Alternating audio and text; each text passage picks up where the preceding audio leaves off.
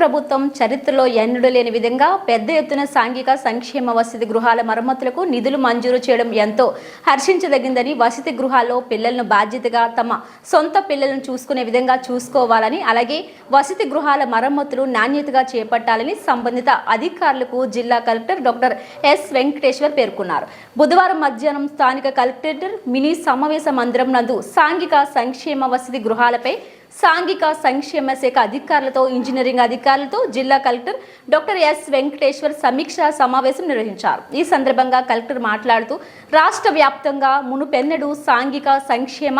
వసతి గృహాల మరమ్మతులకు ఇంత పెద్ద ఎత్తున నిధులు కేటాయించలేదని, ప్రస్తుతం కూటమి ప్రభుత్వంలో ముఖ్యమంత్రి నారా చంద్రబాబు నాయుడు సంక్షేమ శాఖ వసతి గృహాలపై ప్రత్యేక దృష్టి సారించి విద్యార్థులకు వసతి గృహాల్లో మెరుగైన మౌలిక సదుపాయాల కల్పనకు పెద్ద ఎత్తున నిధులు కేటాయించారని, ఇందులో భాగంగా రాష్ట్ర వ్యాప్తంగా సాంఘిక సంక్షేమ శాఖ వసతి గృహాల మరమ్మతులకు 810 సాంఘిక సంక్షేమ వసతి గృహాలకు గాను 132.96 కోట్ల రూపాయలను మంజూరు చేసి నాణ్యతగా చేపట్టాలని మార్గదర్శకాలు విడుదల చేశారని తెలిపారు.